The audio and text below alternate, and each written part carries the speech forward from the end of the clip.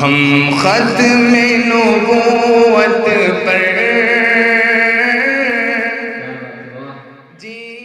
بسم اللہ الرحمن الرحیم نحمده ونصلی علی رسولہ الکریم اما بعد فاعوذ باللہ من الشیطان الرجیم بسم اللہ الرحمن الرحیم یا ایھا الذین آمنوا کتب علیکم الصیام کما کتب علی الذین من قبلکم لعلکم تتقون صدق اللہ العظیم وقال رسول اللہ صلی اللہ علیہ وسلم من صام رمضان ایمانا واحتسابا غفر له تقدم من ذنبه او كما قال علیہ الصلاۃ والسلام۔ لائق احترام بزرگوں اور عزیز دوستوں،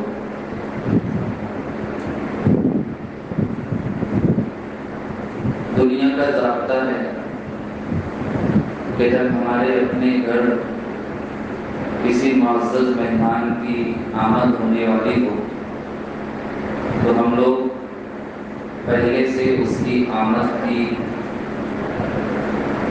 تیاری کے لیے اور اس کے اچھے استقبال کے لیے کوشش کر رہتے تھے تاکہ آنے والا مہمان آتے ہی خوش ہو جائے اور خوش ہو کر راضی ہو کر ہم سے رخصت ہو۔ دینی تقاریب، جلسوں، اسی طرح شادی بیاہ کے موقع پر آپ نے استقبالیہ بورڈ دیکھا ہوگا۔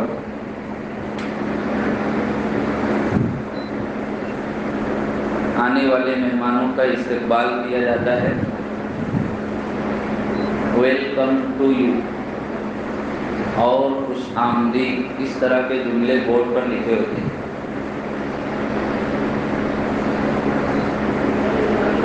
یہ شعبان کا آخری جمعہ ہے اور کچھ ہی دنوں کے بعد تمام مہینوں میں سب سے بابرکت، سب سے مقدس، سب سے محترم اور سب سے زیادہ اہمیت اور عظمت والے مہینے کی بھی آمد ہونے والی۔ اس لیے اس مہینے کی آمد سے پہلے اس کے استقبال کی تیاری کرنا بھی ہمارے لیے ضروری ہے۔ اور جب یہ مہینہ آ جائے گا تو پورا ایک مہینہ ہم کس طرح گزاریں اور بسر کریں، اس تعلق سے غور و فکر کرنا بھی ہماری ذمہ داری ہے۔ جیسے ہم لوگ یہ فکر کرتے ہیں کہ مہمان اگر ہفتہ بھر، مہینہ بھر ہمارے یہاں رہے گا تو اس کی ضروریات کیسے پوری ہوں گی اور ہم اس کا خیال کیسے رکھیں گے۔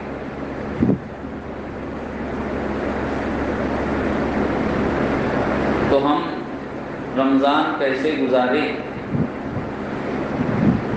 اس سلسلے میں رمضان کی آمد سے پہلے غور و خوض کرنا اور اس کے لیے پلاننگ اور منصوبہ بندی کرنا ضروری ہے۔ آپ کو تعجب ہوگا، اللہ کے نیک بندوں اور بزرگوں کا معمول یہ تھا کہ وہ رمضان کی آمد سے 6 مہینہ پہلے اس کے استقبال کی تیاری کرتے تھے اور اللہ سے دعا کرنا شروع کر دیتے تھے کہ اللہ رمضان جیسا بابرکت مہینہ ہمیں نصیب فرما۔ کتنے دن پہلے؟ 6 مہینہ پہلے۔ ہم لوگ تو 6 دن باقی رہ جائے تو ایک دوسرے کو یہ کہہ کر شربت پلاتے ہیں کہ پی لو، اب کچھ دن بعد یہ موقع نہیں رہے گا۔ جیسے ایک خوف والی بات ہے یا پھر ہمارے اوپر بندش لگنے والی، تو یہ کہہ کر ایک دوسرے کو دعوت دیتے ہیں کہ ابھی دوپہر میں کھا لو، پھر موقع نہیں رہے۔ تو اللہ کے نیک بندے 6 مہینہ پہلے سے دعا کرتے تھے کہ اللہ رمضان جیسا بابرکت مہینہ نصیب فرما۔ پھر جب رمضان کا مہینہ مل جاتا تو پورے اہتمام اور قدردانی کے ساتھ اسے اس طرح بسر کرتے کہ اس کا کوئی لمحہ غفلت میں ضائع نہیں کرتے، اس کی کسی عبادت کی ادائیگی میں کوتاہی نہیں کرتے، اور جب یہ مہینہ گزر جاتا تو مزید 6 مہینہ یہ دعا کرتے کہ اللہ رمضان کے مہینے میں ہم نے جو بھی عبادات انجام دی ہیں تو ان عبادات کو شرف قبولیت عطا فرما۔ تو 6 مہینہ پہلے رمضان ملنے کی دعا، اور مزید 6 مہینہ رمضان میں کی گئی عبادات کی قبولیت کے لیے دعا، کیونکہ اصل چیز قبولیت ہے۔ اللہ کے یہاں عمل مقبول ہو جائے تو تھوڑا عمل بھی بہت زیادہ ہے، اور اگر مردود ہو جائے تو بہت سارا عمل بھی کسی کام کا نہیں۔ اس لیے کسی کام کو کرنے سے پہلے اپنی نیت درست کرنا، پھر اس کام کو صحیح طریقے پر انجام دینا، اور کام پورا ہو جانے کے بعد اس کی قبولیت کے لیے دعا کرنا، یہ 3 چیزیں ضروری ہیں۔ آپ کو تعجب ہوگا، اللہ نے حکم دیا اپنے پیغمبر حضرت ابراہیم علیہ السلام کو کہ میرا گھر تعمیر کرو۔ حکم دینے والا خود اللہ ہے، جسے حکم دیا جا رہا ہے وہ وقت کا نبی، جس کام کا حکم دیا جا رہا ہے وہ انتہائی مقدس، کعبۃ اللہ کی تعمیر۔ حضرت ابراہیم علیہ السلام نے اللہ کا حکم پورا کیا، اللہ کے گھر کی تعمیر۔ جب کام مکمل ہو گیا، آپ بتائیے اس کام کی مقبولیت میں کوئی شبہ ہے؟ کوئی شبہ نہیں، کہیں سے کوئی شبہ نہیں کہ حکم دینے والا خود اللہ ہے، کام بھی انتہائی اہم اور مقدس ہے، اور کرنے والے وقت کے نبی، کہیں سے قبولیت میں کوئی شبہ نہیں۔ اس کے باوجود آپ قرآن میں پڑھیے، قرآن کہہ رہا ہے وَإِذْ يَرْفَعُ إِبْرَاهِيمُ الْقَوَاعِدَ مِنَ الْبَيْتِ وَإِسْمَاعِيلُ رَبَّنَا تَقَبَّلْ مِنَّا إِنَّكَ أَنتَ السَّمِيعُ الْعَلِيمُ، کہ جب ابراہیم و اسماعیل نے اللہ کے حکم سے کعبۃ اللہ کی تعمیر مکمل کر لی تو دونوں دامن پھیلا کر اللہ سے فریاد کر رہے اللہ ہمارے اس عمل کو قبول کر۔ فکر ہے کہ کام تو ہم نے کر لیا لیکن اللہ نے قبول کیا یا نہیں۔ تو اس لیے اللہ کے نیک بندے اور بزرگان کرام رمضان میں عبادات اہتمام سے انجام دیتے تھے، اور مزید 6 مہینہ دعا کرتے تھے اللہ رمضان کی عبادتوں کو قبول کرے۔ تو سب سے پہلی چیز ہے کہ ہم لوگ ذہنی طور پر تیار ہو جائیں کہ ایک بابرکت مہینہ آ رہا ہے۔ اور یہ بات کیوں کہی جا رہی ہے؟ اس لیے کہ خود اللہ کے رسول صلی اللہ علیہ وسلم رمضان کی آمد سے پہلے صحابہ کرام کو اس طرح کی ترغیب دیتے، انہیں آگاہ کرتے تھے، یا ایھا الناس قد اظلکم شہر عظیم شہر مبارک، اے لوگوں ایک بہت بابرکت مہینہ تمہارے اوپر آ رہا ہے، تم ہوشیار ہو جاؤ، تم اس کے استقبال کی تیاری کرو، اور اس مہینے کو تم کیسے گزارو گے ابھی سے منصوبہ بندی کرو، پلاننگ۔ ہم لوگ بہت سارے کاموں کی پلاننگ کرتے ہیں، سفر کرنا ہو تو منصوبہ بناتے ہیں، گھر میں کسی کی شادی بیاہ ہو تو پلاننگ کرتے ہیں، کوئی اہم کام انجام دینا ہو تو مشورہ کرتے ہیں، لیکن عبادات کے سلسلے میں بہت کم لوگ تیاری کر کے، پلاننگ کر کے، منصوبہ بندی کر کے عبادت انجام دیتے ہیں۔ بس جیسے ہی وقت آیا تو دوڑے بھاگے اس کو انجام دے دیا، اور پھر نہ اس بات کی فکر کہ وہ کام ہم نے صحیح انداز میں انجام دیا یا نہیں، نہ اس بات کی فکر ہو کہ وہ کام اللہ کی بارگاہ میں قبول ہوا یا نہیں، کوئی فکر نہیں۔ نمازوں کے اوقات میں آپ دیکھتے ہوں گے، آپ لوگ تو ماشاءاللہ قابل مبارکباد ہیں، وقت سے پہلے آپ لوگ مسجد میں تشریف لائے، لیکن آدھے سے زیادہ مجمع وہ ہوتا ہے جو سر پر پیر رکھ کر بالکل وقت پر آ گئے، جلدی جلدی وضو کیے، دوڑے بھاگے آئے، نماز میں شامل ہو گئے، جس کو چلتی گاڑی پر سوار ہونا کہتے ہیں، اور پھر یوں سلام پھیرے، پہلا سلام، دوسرا سلام اور تیسرا سلام پیچھے مڑ کر دیکھے راستہ صاف ہے کہ نہیں نکلنے کے۔ ایسے حضرات کی سہولت کے لیے پھر ہماری مسجدوں میں یہ نظام بننے لگا کہ اب سائڈ میں ایک دروازہ دیا جاتا ہے۔ یہ دروازہ کون سا ہے پتہ ہے آپ کو؟ ہر دروازے کا کچھ نام ہوتا ہے، اس دروازے کو کہتے ہیں باب الفرار۔ باب الفرار، جلدی سے بھاگنے والا دروازہ ہے۔ کسی کو واقعی کوئی شرعی ضرورت ہو تو ہم اس پر تنقید نہیں کرتے، لیکن عام طریقے پر مزاج یہ ہوتا ہے فرض نماز ہو گئی نا، اب مجھے جلدی سے نکلنا ہے، کہیں میں جام نہ ہو جاؤں۔ حالانکہ جیسے فرض نمازوں کی ادائیگی ضروری، ویسے سنت مؤکدہ کی ادائیگی ضروری، وطر کی ادائیگی ضروری، نمازوں کے بعد دعا کا اہتمام ضروری۔ تو میں یہ عرض کر رہا تھا کہ ایک رمضان کا بابرکت مہینہ آ رہا ہے، سب سے پہلے تو ہمیں یہ دعا کرنی چاہیے کہ اللہ یہ بابرکت مہینہ مجھے اور آپ کو نصیب کرے اور بار بار نصیب کرے، اس لیے کہ ابھی بھی کچھ روز باقی ہے اور کچھ بھروسہ نہیں، اب بجھا تب بجھا، دم تو اپنا چراغ سرے راہ ہے۔ کسے پتا کہ اس رمضان کے آنے سے پہلے اسی رمضان کے مرحومین میں ہمارا شمار ہو جائے۔ اس لیے پہلی دعا تو یہ کہ اللہ زندگی میں بار بار یہ بابرکت مہینہ نصیب کرے۔ اب جب یہ مہینہ آ جائے گا تو ہم اس کو کیسے گزاریں گے یہ سن لیجیے۔ آج شہر بھر میں تقریباً 50 مساجد میں بیک وقت ہمارے علماء اور مقررین اسی موضوع پر بیان کر رہے ہیں، آپ رمضان کیسے گزاریں۔ ایک سوال ہے کہ ہر انسان غور کرے، ہر مسلمان سوچے، کیا اسی طرح جو اب تک گزارتے چلے آئے؟ وقت کا مقدر ہے گزر جانا، وہ آئے گا پھر گزر جائے گا، سوال یہ ہے ہم نے کیسے گزارا، اور ہم اپنی زندگی کو اچھی طرح گزار لیں قبل اس کے کہ ہم گزر جائیں۔ وقت کا گزرنا کوئی خاص بات نہیں، لیکن ہم نے وقت کو کیسے گزارا یہ سوچنے کی بات ہے۔ نماز سب پڑھ رہے ہیں، ہم نے کیسی نماز پڑھی یہ سوچنے کی بات ہے۔ آج اللہ کے کرم سے عبادات کرنے والوں کی کمی نہیں، اور میں کہتا ہوں اسلامی تاریخ میں کبھی اتنی مسجدیں آباد نہیں ہوئی جتنی آج کی تاریخ میں آباد ہیں، کبھی اتنے مدرسے قائم نہیں ہوئے جتنے آج آباد ہیں، کبھی اتنی دینی تحریکات نہیں چلی جتنی آج چل رہی ہیں، کبھی اتنی بڑی تعداد میں لوگوں نے حج نہیں کیا جتنا اب کرتے ہیں، لیکن کوانٹیٹی بہت ہے، کوالٹی میں کمی۔ یہی وجہ ہے کہ دینی تحریکوں کے اثرات وہ نظر نہیں آتے جو آنے چاہیے، عبادات کی قبولیت کا وہ اثر نظر نہیں آتا جو آنا چاہیے۔ مشرق سے مغرب اور شمال سے جنوب تک دعائیں ہوتی ہیں، ان دعاؤں کی قبولیت کے وہ نتائج سامنے نہیں آتے جو آنے چاہیے۔ کیوں؟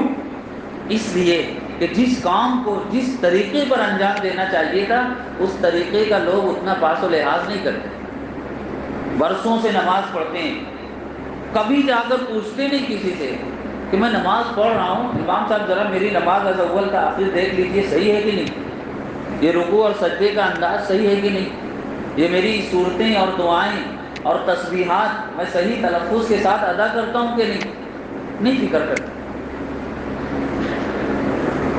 معیاری نماز کس کو کہتے ہیں؟ یعنی اس بات کا کیسے پتہ چلے کہ آپ صحیح نماز پڑھ رہے ہیں؟ اس کا معیار یہ ہے کسی وقت امام صاحب نہ ہو، آپ کو آگے بڑھا دیا جائے، آپ ایسی نماز پڑھائیں کہ سب کی نماز ہو جائے، یہ معیار ہے۔ اب ہر انسان خود غور کر لے کہ کیا میری نماز ایسی ہے؟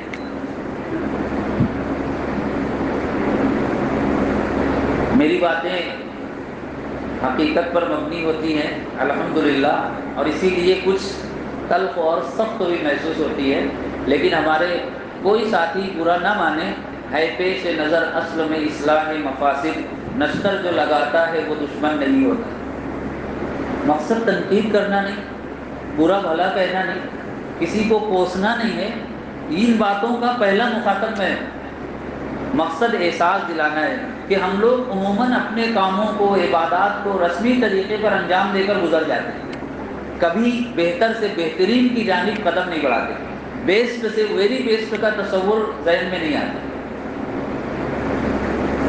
کہ پہلے میں نماز ایسے پڑھتا تھا اب ایسے پڑھوں، پہلے قرآن ایسے پڑھتا تھا اب اور اچھی طریقے سے پڑھوں، یہ احساس نہیں ہوتا۔ تو برسوں سے ایک انداز میں نماز چل رہی ہے، ایک انداز میں زکوٰۃ نکال رہے ہیں، ایک طریقے سے رمضان گزار رہے ہیں، تو کوئی تبدیلی نظر نہیں آتی۔ نماز پڑھ رہے ہیں، برسوں سے ایک ہی شکایت ہے، نماز میں من ہی نہیں لگتا۔ امام صاحب نے کبھی 3 کی جگہ 4 مغرب میں کر دی، تو پوری کہنا چاہیے کہ فرما برداری کے ساتھ ہم لوگ پڑھ لیں۔ امام صاحب نے 4 کی 5 کر دی تو بھی ماشاءاللہ اچھی بات ہے، نمازی ہے نا، 4 کی جگہ 5 پڑھ لی اور ثواب ملے۔ خود میرے ساتھ ایسا ہوا ہے، میں 12 سال سے امامت کر رہا ہوں، ایک مرتبہ عصر کی نماز میں نے 5 پڑھائی، ماشاءاللہ مصلیان نے پوری فرما برداری کی، کسی نے کوئی مخالفت نہیں کی۔ سلام کے بعد امام صاحب پوچھتے ہیں نا کتنی ہوئی، تو آدھے لوگ کہتے ہیں 4 ہوئی، آدھے کہتے ہیں 5 ہوئی۔ شاعر کہتا ہے نا، ہاتھ باندھے کھڑے ہیں سب گم خیالوں میں اپنے اپنے، امام مسجد سے کوئی پوچھے نماز کس کو پڑھا رہا ہے۔ رمضان میں تراویح میں بھی یہی ہوتا ہے، تراویح کی نماز میں لمبی لمبی رکعت ہوتی ہے، زیادہ پارے پڑھے جاتے ہیں، تو ماشاءاللہ سب اہتمام سے آنکھ باندھ کر ہاتھ باندھ کر گم رہتے ہیں کہ جب امام ہے، ایک گاڑی ہے، ایک ڈرائیور چلا رہا ہے، پیچھے سلیپر سیٹ، اب سلیپر والا مزاج ہے، سلیپر کلاس، ہم لوگ کو سونا ہے، امام کا کام ہے دھیان دینا۔ تو عزیزان گرامی، آج اس جمعہ کے ممبر و محراب سے اصل جو احساس دلانا ہے، جو بیداری پیدا کرنی ہے، وہ یہ کہ ہم لوگ یہ غور کریں کہ اب تک ہم جس انداز میں زندگی بسر کرتے آئے ہیں، جس انداز میں عبادات انجام دیتے آئے ہیں، اب ہم اس سے بہتر کرنے کی کوشش کریں۔ اور بہتر سے مراد اس طریقے پر جو طریقہ جناب رسول اللہ صلی اللہ علیہ وسلم نے بتایا ہے۔ شیخ عبد القادر جیلانی رحمۃ اللہ علیہ فرماتے تھے، کوئی عمل اللہ کی بارگاہ میں اس وقت تک قبول نہیں ہو سکتا جب تک 2 باتوں کی رعایت نہ کی جائے۔ سب سے پہلی بات، آپ کی نیت درست ہو، انما الاعمال بالنیات، جیسی نیت ویسی برکت، نیت اچھی ہے۔ اور دوسری بات، طریقہ سنت والا ہو، سنت طریقے پر کاموں کو انجام دو، اس کی قبولیت میں کوئی شبہ نہیں۔ تو اب رمضان ہم لوگ کیسے گزاریں گے؟ رمضان کا آغاز چاند دکھنے سے ہو جائے گا۔ ہم لوگ شروع کرتے ہیں اپنا نظام سحر سے۔ آپ سو گئے، سحر کے وقت تو آنکھ کھلی، سب سے پہلا ہمارا کام کیا ہونا چاہیے؟ آنکھ کھلی، وضو بنائے اور پہلی فرصت میں 2 رکعت 4 رکعت 8 رکعت جتنی اللہ توفیق دے تہجد کی نماز ادا کریں۔ عام دنوں میں تو مشکل ہوتا ہے اٹھنا، فجر میں مشکل ہوتا ہے، تہجد کی بات تو دور ہے، لیکن سحر کی برکت سے ہم لوگ جب اٹھ گئے ہیں تو ہم لوگ تہجد کی نماز پڑھیں۔ یہ نہ ہو کہ یہ محترمہ جگا رہی ہے تو ہاں ابھی 10 منٹ ہے، ابھی 15 منٹ ہے، جب 5 منٹ ہے تو دوڑے بھاگے کلی کی، جلدی جلدی کچھ کھایا، اور پھر اعلان ہونے لگا کہ سحر کا وقت تو ختم ہو گیا ہے اور پانی اور چائے باقی ہے، بھلے جانے تو ابھی دوسری مسجد پہ اعلان باقی ہے، جب تک چائے پی لیں۔ ایسے نہیں، اہتمام کے ساتھ تہجد کی نماز، اس کے بعد اہتمام کے ساتھ سحری کا اہتمام۔ سحری کے کھانے میں اللہ نے برکت رکھی، اس لیے اس کو چھوڑنا نہیں چاہیے۔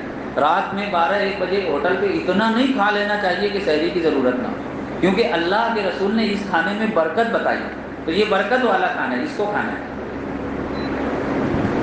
اس کے بعد اذان ہو گئی، تو اذان ہو گئی تو آواز اذان سن لے تو ہوشیار ہو مسلم، مسجد کی طرف مائل رفتار ہو مسلم، فوراً اللہ کے گھر کی طرف روانہ۔ اگر آپ نے تھوڑی سی کوتاہی کی تو حضرت شیطان، انہوں نے سال بھر اتنی محنت کی ہے 11 مہینہ، اب وہ اگر قید میں بھی ہیں تو ان کا کام پورا ہوتا رہتا ہے۔ بس آپ نے ادھر تھوڑا سا آرام کرنے کی کوشش کی تو وہ تھوڑا بہت ہو جاتا ہے۔ ہائی وے پر ایک بورڈ لکھا ہوتا ہے، کیا لکھا ہوتا ہے جی؟ ہاں، نظر ہٹی درگھٹنا گھٹی، بس یہی ہوگا۔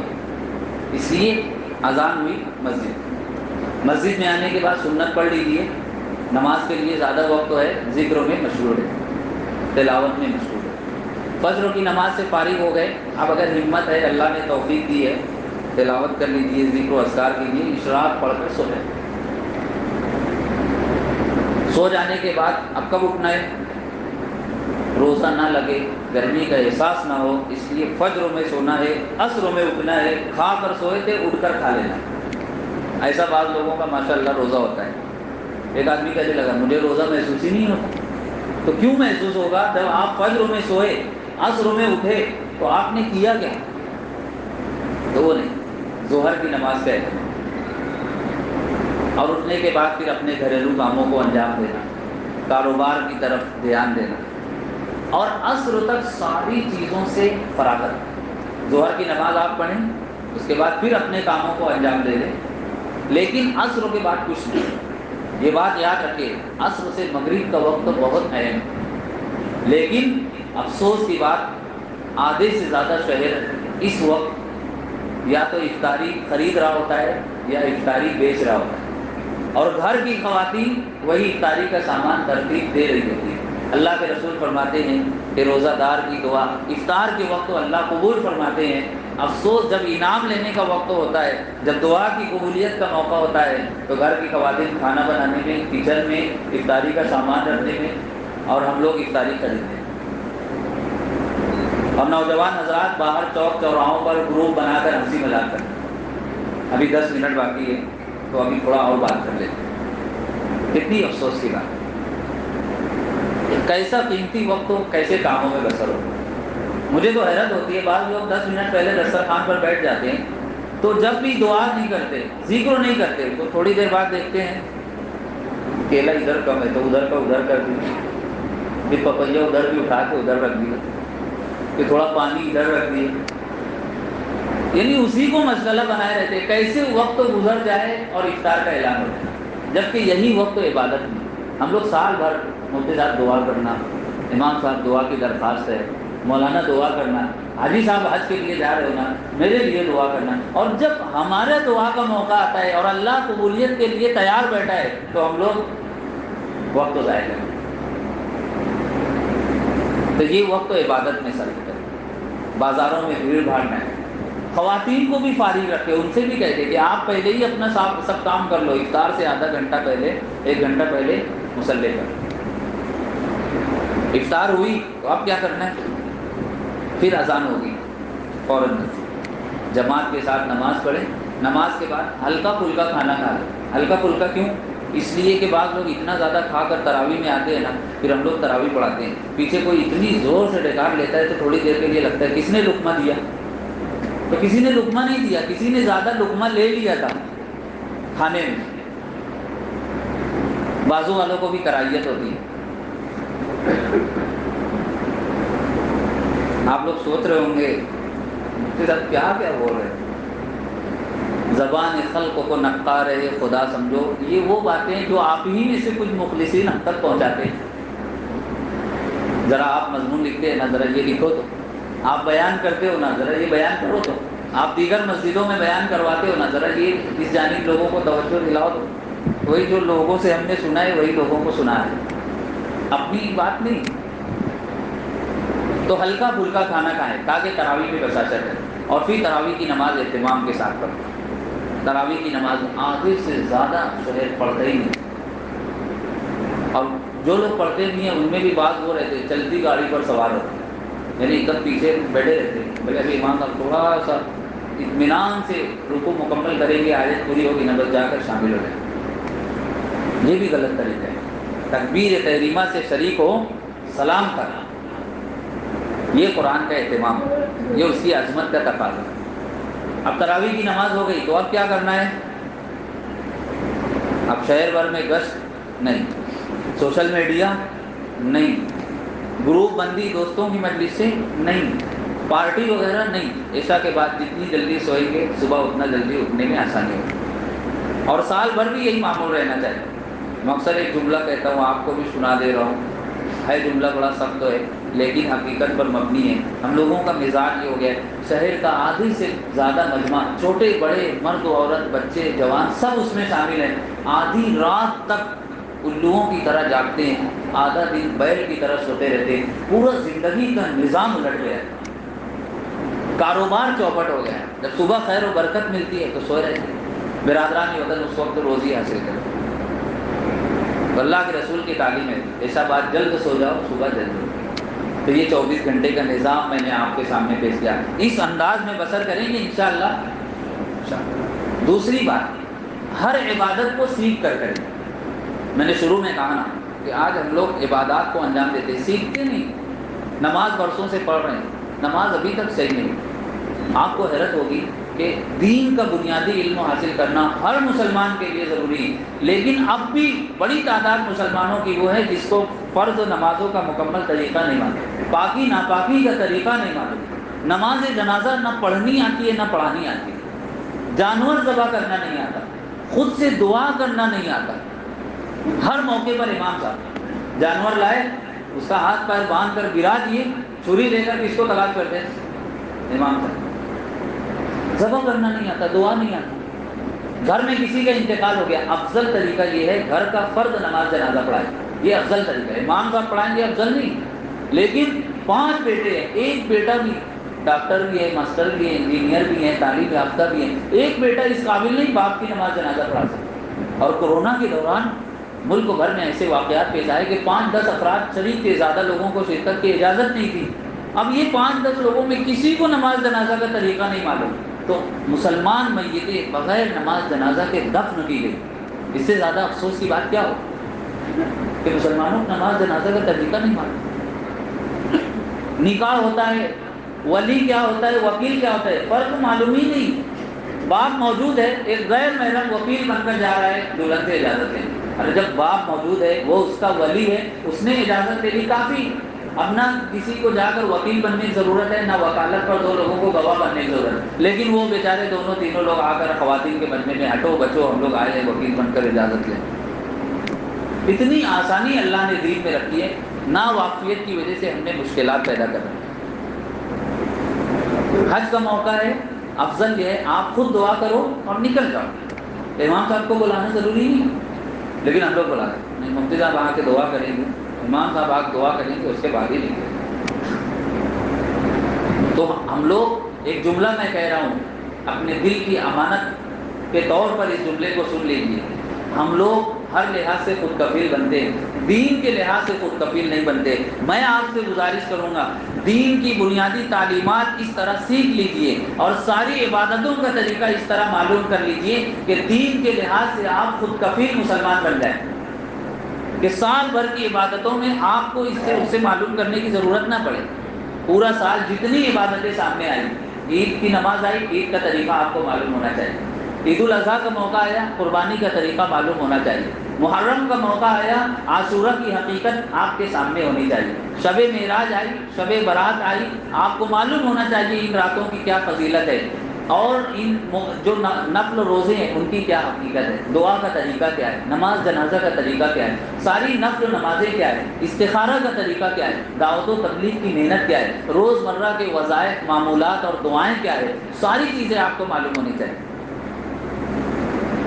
آپ خود غور کیجئے، صاحب الدار ادری بما فی، عربی میں کہتے ہیں گھر والے کو پتہ ہے گھر میں کیا ہے، ہمیں پتہ ہے ہمارے اپنے علموں میں کتنی باتیں ہیں کتنی نہیں۔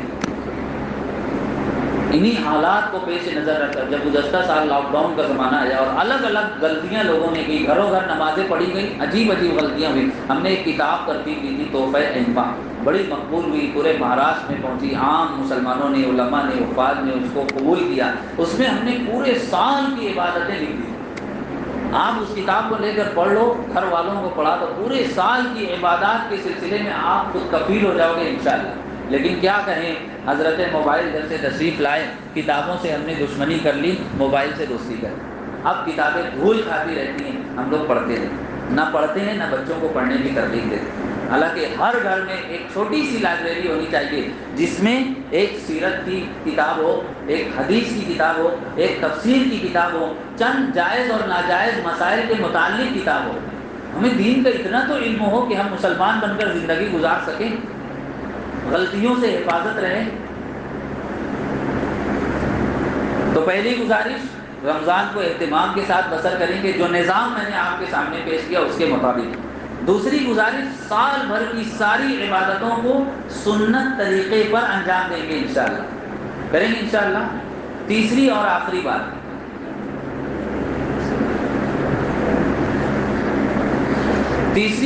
بات، ایک واقعہ سنا رہا ہوں۔ آج ہر انسان کیا کہتا ہے؟ I am very busy, there is no time my dear. کچھ بھی کام لے کر جاؤ، ارے بہت مصروفیت ہے مولانا، کچھ چندہ لگ رہا ہو تو لے لو، میں آ نہیں سکوں۔ نکاح کے موقع پر آپ 1000 لوگوں کو دعوت دو، 100 لوگ آتے، صحیح ہے۔ جنازے میں شرکت کے لیے لوگوں کو موقع نہیں، آدھے لوگ فون پر رابطے میں رہتے ہیں، جنازہ اٹھائے نا ضرور ان کو خبر کر دینا، میں گاڑی لے کے قبرستان پہنچوں، کاندھا دینے کا موقع نہیں۔ یہ جو 4 ویلر گاڑی آئی ہے نا، یہ لوگوں کے مزاج کی وجہ سے آئی، ورنہ لوگ خود اگر طے کر لیں مجھے کاندھا دے کر اپنے عزیز کو قبرستان پہنچانا ہے تو اس کی ضرورت رہے گی، لیکن نہیں ہوتے چند لوگ، کتنا کاندھا دیں۔ تو آج لوگوں کے پاس ٹائم نہیں، دین کے کاموں کے لیے ٹائم نہیں۔ کوئی بیمار ہو گیا، عیادت کے لیے وقت تو نہیں، دور سے ہی واٹس ایپ پر آن لائن دعا دیتے ہیں، آن لائن عیادت دیتے، اللہ بیمار کو صحت کاملہ عاجلہ دائمہ مستمرہ نصیب فرمائے، ہو گئی عیادت۔ یہ عیادت کا طریقہ ہے۔ اللہ کے رسول صلی اللہ علیہ وسلم مدینہ کے کنارے بھی کوئی آباد ہوتا بیمار ہوتا چل کر اس کی عیادت کرنے جائے۔ آج ہم لوگ ایسے عیادت کر رہے ہیں، ایسے نکاح میں شریک ہو رہے ہیں، جنازے میں ایسے شریک ہو رہے ہیں، دینی جلسوں کا یہ حال ہے۔ مسجدوں میں لوگ تاخیر سے آ رہے ہیں، کیوں؟ نو ٹائم، ویری بزی شیڈول، بہت مصروفیت ہے۔ بس یہی مصروفیت کا عذر رمضان میں بھی آتا ہے، میں مصروف ہوں، نماز تراویح نہیں پڑھ سکتا، میں بہت مشغول ہوں، زیادہ کام ہوتا ہے، میں روزہ نہیں رکھ سکتا، میں بہت مصروف ہوں، میں نماز نہیں پڑھ سکتا۔ آخر اللہ نے زندگی تو عبادت ہی کے لیے دی ہے نا، یہی عبادت مقصد ہے، اور سارے کام اس کے علاوہ وہ ضرورت ہے، وہ مقصد نہیں۔ اب میں آپ کو بتاؤں، دہلی کے بادشاہ کا انتقال ہوا، بادشاہ نے اعلان کیا میرے جنازے کی نماز وہ شخص پڑھائے جس کی زندگی میں کبھی تکبیر اولیٰ فوت نہ ہوئی۔ تکبیر اولیٰ، امام صاحب جب نیت باندھتے وہ تکبیر، میری نماز جنازہ وہ پڑھائے جس کی کبھی عصر کی سنت بھی نہ چھوٹی ہوئی۔ عصر کی سنت بعض لوگ غیر ضروری سمجھ کر پڑھتے ہیں، زیادہ تر لوگ۔ میری نماز جنازہ وہ پڑھائے جس نے جان بوجھ کر کبھی کسی خاتون پر غلط نگاہ نہ ڈالی۔ میری نماز جنازہ وہ پڑھائے جس کی کبھی تہجد کی نماز فوت نہ ہو۔ یہ 4 شرطیں بادشاہ نے رکھی۔ اب لاکھوں کا مجمع ہے، نیک صالح اہل علم ہر طرح کے لوگ موجود ہیں، کس کی مجال ہے کہ آگے بڑھ کر اعلان کرے کہ میں ایسا ہوں، میرے اندر یہ 4 خوبیاں ہیں، میں نماز جنازہ پڑھا سکتا ہوں۔ کوئی آگے نہیں بڑھ رہا، لوگ حیران و پریشان ہیں۔ لیکن مرحوم بادشاہ کی وصیت، مرحوم مرنے والے کی وصیت ہے، بادشاہ نہیں، ایک بزرگ کا انتقال ہوا، انہوں نے یہ وصیت کی، مجھے تھوڑا صاف ہو گیا، ایک بزرگ کا انتقال، انہوں نے وصیت کی میری نماز جنازہ وہ پڑھائے جس کے اندر یہ 4 خوبیاں، کیا کیا؟ کبھی تہجد نہ چھوٹی ہو، کبھی عصر کی سنت نہ چھوٹی ہو، کبھی تکبیر اولیٰ فوت نہ ہوئی ہو، کبھی کسی غیر محرم پر غلط نگاہ نہ پڑی۔ کوئی آگے نہیں بڑھا۔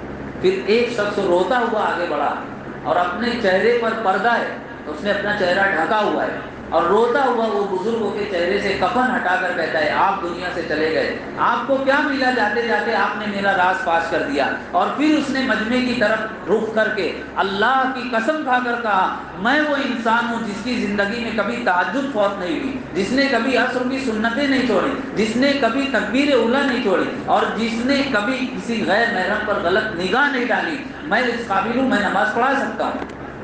لوگوں نے کہا ٹھیک ہے آپ نماز پڑھائیے، اس نے نماز پڑھا لی۔ وہ کون تھا؟ وہ وقت کا بادشاہ، دہلی کے تخت سلطنت پر بیٹھ کر حکومت کرنے والا بادشاہ شمس الدین التمش کا۔